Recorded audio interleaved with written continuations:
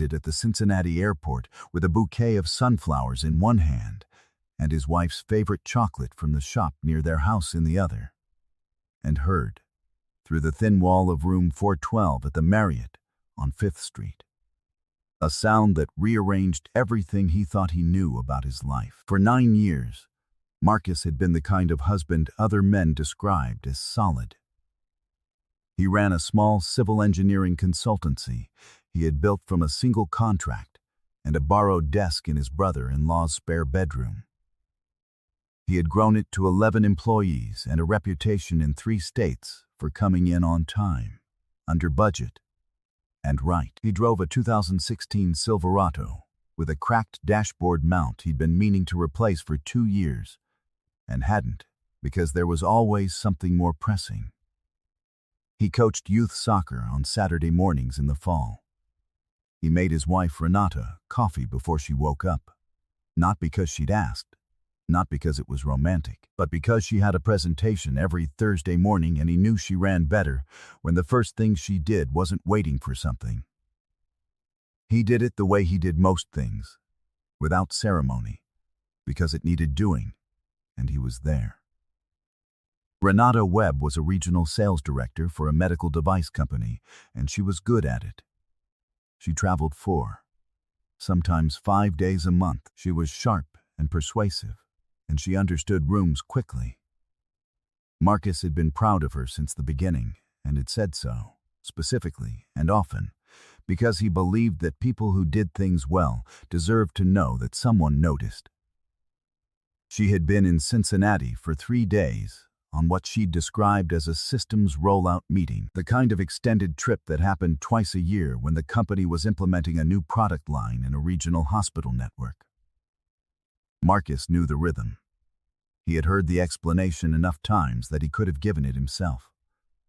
What he had not known, until his assistant Camille mentioned it offhandedly on Tuesday afternoon while handing him a site report, was that Camille's cousin worked in the same medical device company's Cincinnati office, and had mentioned to Camille at Thanksgiving that there was no rollout happening there this quarter. The next rollout was in March. Marcus had sat with that for 24 hours. He had not panicked. He had not confronted. He had looked at the information the way he looked at a survey discrepancy, carefully, without assumption, giving it every possible innocent explanation before arriving at the one that remained. He arrived at the one that remained. He booked a flight for Thursday morning. He told his office he was visiting a prospective client. He bought the sunflowers at the airport because he wanted to be wrong. He wanted to walk through that hotel room door and find Renata alone at a desk with a laptop and a half-eaten room service dinner, and feel the absurdity of his suspicion land on him like a relief. He wanted to be wrong, more than he had wanted most things. He was not wrong. She had no idea that by the time he knocked on that door, he had already called his attorney from the rental car. What unfolded in the 14 months that followed would cost Renata everything she had quietly decided she no longer needed, and return to Marcus something more complete than what she had taken. Before we jump into the from, you need to hear. The alarm on Marcus's phone was set for 4:30 a.m., but he was awake at 4:11, lying on his back in the dark bedroom of the house he had bought 6 years ago with Renata, a 4-bedroom colonial on a quiet cul-de-sac in Naperville, the kind of house that absorbed a family and asked nothing dramatic in return. He had done the back deck himself over a long weekend in the summer of 2021. He had tiled the mudroom floor the following spring. He had refinished the staircase banister in stages, one section at a time, because the work was careful and slow, and could not be rushed without showing it. He lay still and looked at the ceiling and listened to the house. The hum of the refrigerator from downstairs. The particular creak of the floor settling in the hallway outside the bedroom door, a sound he had come to know so well he could identify which board it was. Third from the right. He had been meaning to fix it for 1.5 years. He got up without turning on the light. He moved through the dark with the ease of someone who had lived in a space long enough that his body remembered it without instructions. He dressed in the bathroom, dark trousers, a button down, his charcoal blazer that Renata had picked out 2 years ago for a client dinner, and that he had worn maybe 4 times since. He put on his watch. He filled his travel mug with coffee from the pot he had set to auto-brew the night before, and stood at the kitchen counter for a moment, in the quiet, drinking it. The house was tidy. Renata kept it that way. She was organized in the way of someone who thought clearly in clean spaces, counters clear, everything in its drawer, a place for every object, and the expectation that the object would return to its place. Marcus had adjusted to this early in the marriage, and had cut her. He thought better in it. He rinsed his mug, left it in the rack, and picked up his overnight bag from beside the door. He had not told his kids where he was going. Donnie was 12, and Owen was 9, and they were staying with Renata's mother 2 streets over, as they sometimes did on Renata's travel weeks when Marcus's project schedule was heavy. He had called his mother-in-law, Carol, the night before, and told her he had to run to a client's site unexpectedly and would be back Friday. Carol had said fine, no trouble. The kids were already planning to stay through the weekend. He had said thank you. He had meant it. He liked Carol. He had always liked her. He wondered, briefly, in the car to the airport, whether Carol knew anything, and then set the thought aside. It was not useful. Nothing about that question was useful right now. He parked in long-term and walked to the terminal in the early dark, his overnight bag over one shoulder, moving at the unhurried pace of a man who had checked the terminal map the night before and knew exactly where he was going. The flight was direct, 2 hours and change.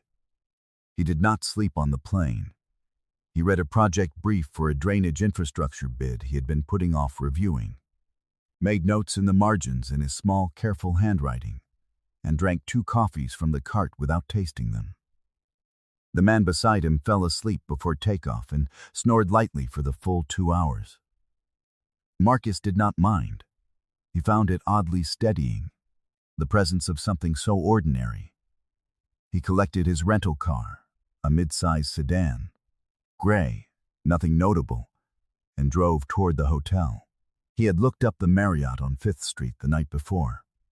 He knew which entrance faced the street. He knew that the elevators were to the left of the main lobby, and the bar was to the right. He had looked at the floor plan, the way he looked at any unfamiliar structure, mapping it before he entered it, locating the load points, understanding how it was put together. He stopped at a flower stand inside a small market 3 blocks from the hotel and bought the sunflowers. The woman behind the counter asked if he wanted them wrapped, and he said yes. She wrapped them in brown paper and tied them with twine and handed them across the counter, and he paid and said thank you. He sat in the rental car for a moment outside the market. The sunflowers were on the passenger seat. He looked at them. Then he called the number Garrett Wu had given him 2 years ago at a construction industry event, when Marcus had mentioned offhandedly that he wanted to update his business partnership agreements. Garrett was a family law attorney who had a reputation Marcus had since confirmed through 3 independent referrals. Thorough, precise, and completely without sentimentality in a courtroom. Garrett answered on the 3rd ring. Marcus said, "I need to talk to you. I'm in Cincinnati right now. I'll be back Friday." There was a brief pause. Personal or business? Personal, another pause. "I have a 9 a.m. Friday. My assistant can move it." "Don't move it on my account," Marcus said. "Monday is fine. I need to know what I'm looking at before I know what questions to ask." "That's sensible," Garrett said. "I know," Marcus said. He hung up. He picked up the sunflowers and got out of the car. The lobby of the Marriott on 5th Street was what hotel lobbies were everywhere. Too bright, too cool, with the particular synthetic smell of carpeting that had absorbed 10,000 check-ins. He crossed it without stopping and took the elevator to the 4th floor. The hallway was quiet. Long carpet, identical doors, the muffled silence of a building that housed the sound of everyone's ordinary lives behind walls thin enough to forget were there. Room 412 was 2/3 of the way down on the left. He walked toward it. His footsteps were quiet on the carpet. The sunflowers were in his left hand. With his right, he reached for his keycard. He had called ahead, said he was surprising his wife on her trip, asked the front desk if they could leave a card at the desk. The young woman at the desk had smiled as if this were the most romantic thing that had happened all week, and had handed it over without hesitation. He stood outside room 4112. He could hear the television. Faint. He could hear something else beneath it. He stood still. He stood there for a moment that lasted longer than any moment he could remember in recent years. The way certain moments expand when something inside you understands what is happening before the rest of you has caught up. The sunflowers were in his hand. The door was in front of him. The card was between his fingers. He did not use it. He turned and walked back down the hallway and took the elevator to the lobby and walked out through the front entrance into the Cincinnati afternoon and stood on the sidewalk. The sun was out. Traffic moved. Somewhere nearby someone was playing music from a car window, something low and rhythmic that faded as the light changed. He held the sunflowers for a moment longer. Then he walked to a trash can at the corner and dropped them in. He did not do it dramatically. He just let go. He went to the hotel bar, which was quiet at this hour, and ordered a club soda and sat at the far end of the bar facing the door and thought. Not about what he had heard. He was not ready to think about that yet, in any complete way. He thought about sequence. He thought about what needed to happen in what order, and what he needed to know before any of it could begin. He was an engineer. He had spent his entire professional life solving problems by first refusing to guess at the solution and instead building the most accurate possible picture of what was actually wrong. You could not fix a thing you had only half looked at. You fixed the thing you had fully understood, and you fixed it once. He stayed in the bar for 40 minutes. He drank 2 club sodas. He used the Notepad app on his phone and wrote down, in a plain numbered list, everything he needed to find out before he spoke to Garrett on Monday. When he was done, he had 8 items on the list. He went back to the elevator. He knocked on room 412. There was a silence on the other side of the door, a particular quality of silence, not the silence of an empty room, but the silence of a room that had just become very still. Then, Renata's voice. Just a minute. A pause. Sounds of movement. The soft close of something. A closet. A bathroom door. The door opened. Renata stood in the doorway in the hotel robe, her hair slightly disordered, her expression a version of surprise that had been assembled too quickly to be natural. Her eyes went wide in the way that would have read as delight if Marcus had not been looking at it carefully. "Marcus, what are you? I wanted to surprise you," he said. His voice was even. "I should have called." She laughed. A quick, bright, slightly too high sound. No, this is... Come in. He stepped inside. The room was a standard double, 1 bed, made, unslept in looking in a way that required effort to achieve. The bathroom door was closed. On the desk, a laptop was open to what appeared to be a spreadsheet. A room service cart was against the far wall, 2 plates partially cleared, 2 glasses with the remnants of red wine. 2 glasses. He looked at the cart. He looked at Renata. She was watching his face with a careful brightness. Her hands adjusted the robe's belt. "I ordered extra," she said, "in case you wanted something when you got in." He looked at her.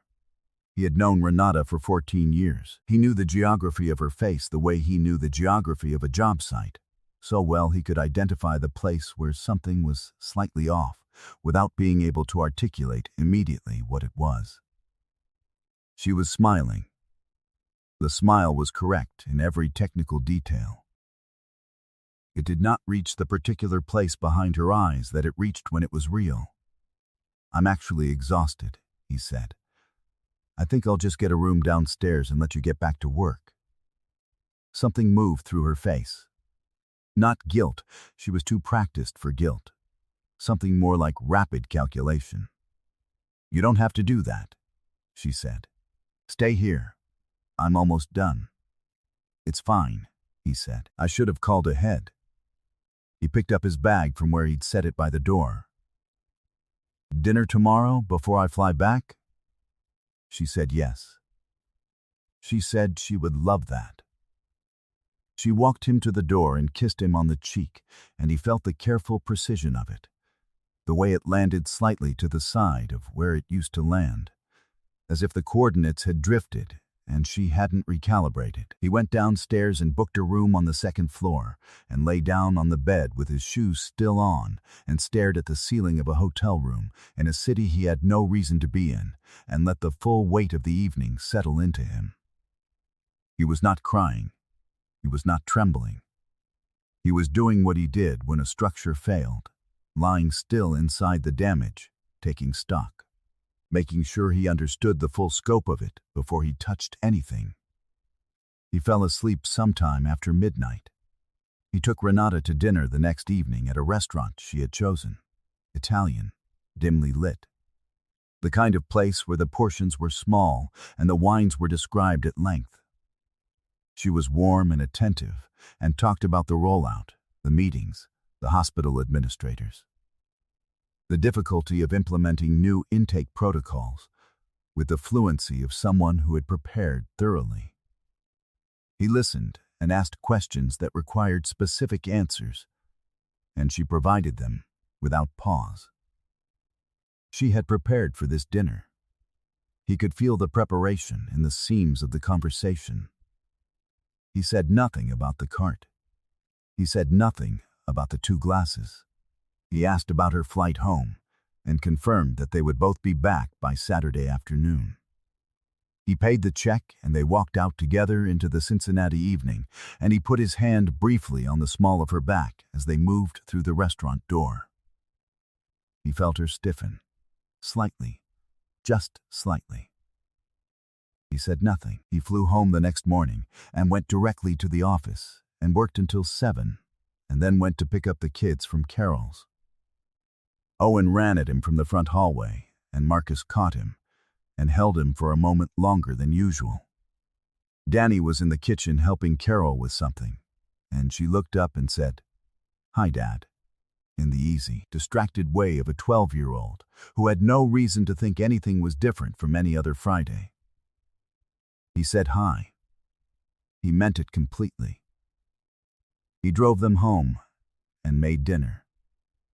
Pasta, the simple kind, with the garlic bread from the freezer that Owen requested every single time as if it were a negotiation, and sat at the table with them and listened to Owen's account of a soccer practice that had apparently involved a bee sting and a near miraculous save, and Donnie's more measured report of a group project that was being undermined by a group member she described with a diplomatic disgust of someone who had already decided not to be the problem herself. He washed the dishes after. He put the kids to bed. He sat in the kitchen alone and opened his laptop and began working through the list he had made on his notepad app in the Cincinnati hotel bar. He started with their finances. He had full access to their joint accounts and had been the one to manage most of the household finances since the beginning. Not because Renata couldn't, but because she had been traveling heavily through the early years of the marriage and it had fallen to him and stayed there. He knew the baseline. He knew what the monthly outflows should look like. He pulled up the last 18 months and went through them slowly, the way he went through a project ledger when something wasn't reconciling. What he found was not catastrophic. It was careful. Small variances, regular, in amounts that would not have flagged themselves individually, but that formed a pattern when you laid them end to end. A spa visit twice a month, billed to a place she had never mentioned. A subscription to a platform he didn't recognize. Hotel nights that did not correspond to her stated travel schedule. Some of them in cities she had never mentioned being in, others in their own city on nights she had said she was staying with a colleague. He was methodical. He cross-referenced dates. He printed what was printable and organized the rest in a folder on his desktop. He was not angry while he did this. He was focused in the way he was focused on a problem that required full attention. The anger was there. He could feel it below the surface like a pressure reading that hadn't yet peaked. But it was not useful right now, and he knew how to set it aside until it was. He closed the laptop at 11:30 and went to bed. Renata came home Saturday afternoon. She was pleasant and tired from the flight, and she hugged the kids and complimented Danny on something she'd left out on the counter, and asked Owen about the bee sting, and sat at the kitchen island with a glass of sparkling water, and talked to Marcus about her week in the way she had. Talked about every work trip, narrative, detailed, plausible. He listened and responded at the right moments, and did not show anything in his face that should not have been there. He was good at this. He had not known, until this week, that he was good at it. But he had spent 20 years managing client relationships on difficult projects, telling people things they did not want to hear in a way that preserved the working relationship until the job was done. He knew how to hold a surface. She did not notice that anything was different. This told him something he had not been sure of. If she had nothing to hide, she would have noticed. People noticed when the person they lived with was carrying something. She did not notice because she was carrying something herself, and it was taking up too much of her attention to leave room for anything else. He met with Garrett on Monday morning. Garrett's office was on the 14th floor of a building near the courthouse. Clean and spare. A desk, 2 chairs, a window that looked north over the city. He had a quality of attention that Marcus had registered the first time they met. He listened the way engineers listen to a client walking them through a problem. Absorption was presented. Marcus sat down and walked him through it. He showed Garrett the financial records he had printed. He described what he had heard outside room 412. He explained the 2 glasses, the bathroom door, the timing of Renata's response, the stiffen at the restaurant. He described the hotel night discrepancies. He laid all of it out in sequence, without drama, the way you presented a structural analysis to a review board. When he was done, Garrett looked at the documents for a moment. "You have enough to begin," he said. "But before we file anything, I want a forensic accountant to look at those account records. And I'd like to recommend you speak with a private investigator. For documentation." "For documentation," Garrett confirmed. "You know what you saw. We need to be able to establish it in a way that doesn't rely on your testimony alone." Marcus nodded. "I also want to understand the business," Garrett said. "Your consultancy. Full picture, revenue, equity, outstanding contracts, any assets the business holds. I'll get you everything." "Including the Hendricks contract," Garrett said. He had done his research. The Hendricks infrastructure contract was the largest single engagement Marcus had ever landed. A multi-year public works project in 3 counties that had been signed 8 months ago and had not yet been publicly announced. It was worth more than everything Marcus had built in the previous 4 years combined. Marcus looked at him. "How did you—" "I read the public procurement filings," Garrett said simply. "It's my job to know what you have before the other side finds out." Marcus sat with that for a moment.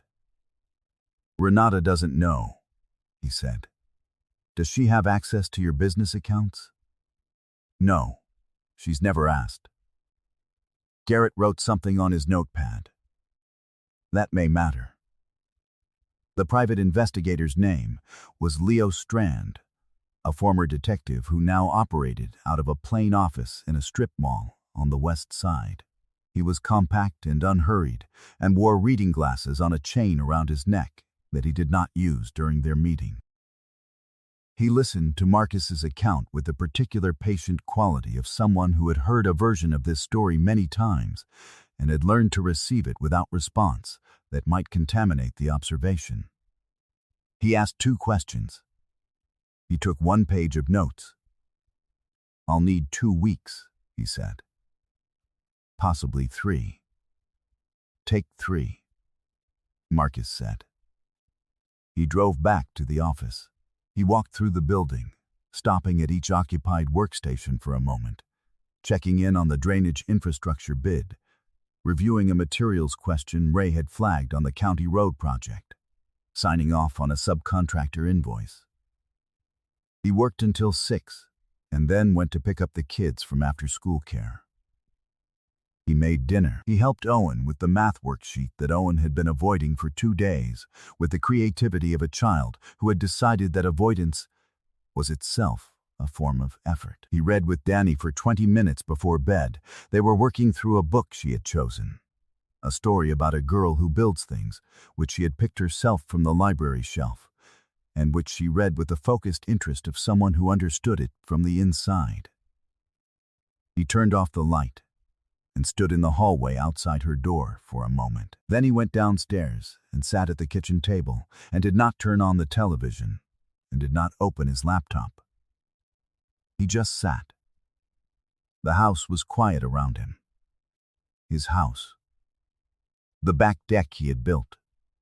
The mudroom floor he had laid. The banister he had refinished one section at a time. The kitchen where he had cooked 11,000 ordinary meals. The hallway with the third board from the right that creaked in the settling of the night. He had built this, not alone, he knew that. But he had been the architecture of it, the thing that held the load. He sat with that for a long time. Then he got up, fixed the loose hinge on the pantry cabinet that had been making a sound for 3 months, tested it twice, and went to bed. Leo Strand delivered his report on a Thursday afternoon in a sealed envelope that Marcus did not open until he was parked in the consultancy's lot with the engine off. He opened it and read it in the quiet of the car. It was specific and complete. Dates, locations, names, a set of photographs taken from public spaces that showed, without ambiguity, what Marcus had already understood from the sound through a hotel room wall. The man was named Derek Harmon. He was a regional sales manager at Renata's company. He was 41, twice divorced, and his credit profile suggested that his lifestyle exceeded his salary by a margin that someone was subsidizing. Marcus looked at the photographs for a long time. Not with anguish. He had already done the anguish, quietly, alone, spread across 3 weeks of evenings after the kids were in bed. He was past the part that required that. He was now in the part that required precision. He put the envelope in his laptop bag and drove to Garrett's office. Garrett reviewed the report with his reading glasses on, unhurried, turning pages with the even tempo of a man who had read 1,000 of these and retained the ability to see each one fresh. He set it down. "This is sufficient," he said. "What's the next step?" "I file. We request full financial disclosure on her side. The forensic accountant has already flagged 9 items in your joint accounts that I'll want explained under oath." He looked at Marcus, I want to be honest with you about the timeline. If she contests this, it could run 18 months. If she doesn't, it might be resolved in 6. She'll contest. Probably, Garrett agreed. But the position she'll be contesting from is not a strong one. He meant the Hendricks contract. He meant the full business valuation. He meant the fact that Renata had no claim on the consultancy because it had been founded before the marriage and maintained with Marcus's sole capital throughout. He meant that the documented account irregularities shifted the marital waste conversation in a way that She doesn't know about Hendricks, Marcus said again. She will, Garrett said. That's fine. She can know at the disclosure stage. That's how this works. Marcus was served the following Tuesday at the office. His assistant brought in the envelope with a face that was carefully blank in the way of someone who was working very hard not to have an expression. He said thank you and put the envelope on his desk and went back to the infrastructure bid for 20 minutes before calling Garrett. She was served this morning, Garrett said. Her attorney called at 9:15. Who did she get? Garrett named the attorney. He said it without inflection. Marcus said, "Is that good or bad for us?" "He's good," Garrett said, "which means he'll understand the disclosure documents when we give them to him. That's actually helpful." Renata did not call Marcus that day. She texted at 6 in the evening, "We need to talk to the kids together." He wrote back, "Agreed. This weekend." She sent a thumbs up. He made dinner. He helped Owen with a science project involving a baking soda volcano that Owen had left until the last possible moment, and that required both of them to mix 3 batches before achieving an eruption that Owen declared adequate. He cleaned up the kitchen afterward, baking soda on every surface, and sent Owen to wash his hands twice. Danny had watched the volcano project from the doorway with the evaluative expression of a 12-year-old who had already done her own and knew exactly where the methodology had gone wrong. She did not say so. Marcus loved her for that. He put the kids to bed. He sat at the kitchen table. He thought about what to say to them on Saturday, and how to say it, and how much was theirs to carry, and how much was his to absorb. He had been thinking about this longer than he had been thinking about anything else. The financial disclosure hearing was on a Tuesday morning. Marcus sat beside Garrett at a conference table in the mediator's office, the same set of chairs, and the same afternoon light, and the same flat, neutral quality that these rooms always had, as if they were designed to contain what happened in them, without absorbing any of it. Renata sat across from him with her attorney, a man named Forsyth, who was indeed good, sharp-eyed, economical with language, not given to performance. She was composed in a way Marcus recognized as genuine, not performed. She had prepared for this. What she had not prepared for was Hendricks. Garrett introduced the full business disclosure at the second item on the agenda. He did it with his usual economy, documents placed in the center of the table, a brief explanation, the contract value stated clearly, the timeline established, the premarital founding of the consultancy documented. Marcus watched Renata's face. She did not make a sound. She was too composed for that. But there was a shift in her posture, in the angle of her head, in something behind her eyes that he recognized as the specific expression of someone recalculating a problem they thought they had already solved and finding that the answer had changed substantially. Forsyth leaned toward her and said something low. She nodded once, the smallest possible nod. Marcus looked at her. She felt him looking and met his eyes for a moment. He did not look away, and he did not look hard at her. He just looked. The way he looked at a finished structure, assessing, complete, without the need for anyone to confirm what he was seeing. She looked down at the documents in front of her. Garrett went through the account irregularities methodically. Forsyth did not contest the figures. He could not contest the figures because Sandra Voss had documented them with a thoroughness that left nothing to contest. He offered characterizations instead: irregular communication, informal bookkeeping, intent to address discrepancies through cooperative division. Garrett listened to these characterizations with the patience of a man who had heard better ones and responded to each with documentation. The session ran 2 hours and 40 minutes. The final settlement did not happen that day. It took 3 more months of back and forth between Garrett and Forsyth, during which Marcus continued to work and make dinner and take the kids to their respective activities and repair things in the house that needed repairing, and was available when they needed to talk about what was happening in a way that did not require them to choose sides between. 2. Parents they loved. He and Renata had told them together that Saturday, sitting in the living room with the afternoon light coming through the front windows. He had thought carefully about the words beforehand and used them carefully. He had not said anything that put the weight of the ending on them, or asked them to understand something they were not old enough to hold. He said that he and their mother both loved them completely, and that nothing about that was changing, and that everything practical about their lives would be worked out carefully by 2 people who were committed to doing right by them, even when the other things were hard.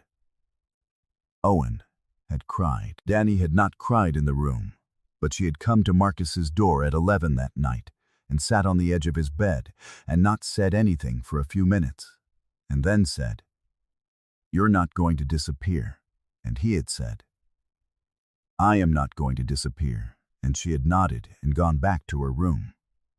He had sat in the dark for a long time after that. The settlement terms were finalized on a Wednesday afternoon. Marcus did not go to the signing. Garrett went. He called Marcus at 4:15. He said, "It's done." Marcus was on a job site, the first phase of the Hendricks project, a drainage corridor on the eastern edge of the county where the survey crews had been staking for 2 weeks and where the ground had just been broken. He was standing at the site's southern end in his work boots and his Carhartt, looking north across the cleared ground, phone to his ear. "The primary asset goes to you," Garrett said. "The house is to be sold or bought out within 18 months. The account recovery is in the documentation. Child support and custody per the plan we filed." A brief pause. She did not get what she thought she would get. What did she get? Garrett told him. Marcus looked at the cleared ground for a moment. "That's reasonable," he said. Garrett said nothing for a beat. "You don't have to be gracious about it." "I'm not being gracious," Marcus said. "I'm being accurate." She had gotten what was hers. He had gotten what was his. The kids would be all right. That was the whole scorecard. Everything else was noise. He put the phone in his pocket. He stayed on the site for another hour, walking the staked corridor from south to north in the gray November afternoon, his boots on the cold ground, checking the survey markers, making notes in his small notebook. The site crew had left for the day. It was quiet out here at the edge of the county.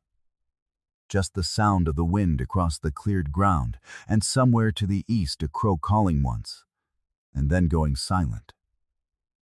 This was going to be something. He could see it already the way he always could. Not the finished form, but the logic of it. The load-bearing structure beneath the surface.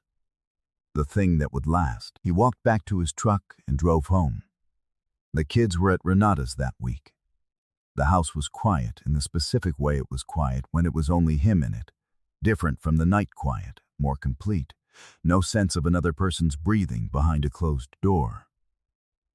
He had been learning the shape of this quiet, and he was beginning to understand it did not require filling. He made dinner for one. He ate it at the kitchen table, with a site plan spread beside his plate, and made notes in the margin. After, he went out to the back deck he had built, the cedar planking smooth under his boots, the strings of lights he had hung last summer still up because he hadn't taken them down yet, and now was glad he hadn't. He sat in one of the 2 Adirondack chairs and looked at the yard in the dark. He had built this deck on a long August weekend 3 years ago. He had taken the measurements himself, cut the boards himself, set the posts himself. He had done it on a Saturday and Sunday, with Owen doing quality control from a lawn chair nearby, offering assessments that were confident and largely incorrect, and that Marcus had incorporated into the work with a seriousness that Owen had found deeply satisfying. He looked at the deck in the dark. It was still straight, still solid. The joints were tight. The posts had not shifted. He sat back in the chair and let the quiet of the yard settle around him, the tick of the cooling boards in the November air. Somewhere across the fence a dog moved through the neighbor's yard and was still. He did not check his phone. He was not performing peace. He was not manufacturing acceptance. He was sitting in a thing he had built, on land that was still his, in the dark, that came at the end of a day where work had been done correctly, and the kids had been called and answered, and Garrett had said it was done. That was enough. He went inside when the cold reached his hands. He checked the door lock, a habit so deep it required no thought, and turned off the kitchen light and walked upstairs in the dark. He did not look back at the kitchen. He did not linger on the staircase. He moved through the house with the ease of a man who knew every inch of it, every sound it made, every board that needed attention, and every one that was solid. Third from the right. He stopped on the third board from the right. He stood on it for a moment, feeling the give of it, the small familiar give of a thing that had been asking for attention for a year and a half. He made a note in his phone. Saturday morning. 10 minutes. A handful of screws and a screwdriver, and it was done. Then he went to bed. I hope you enjoyed that so you don't miss the next story. I've picked out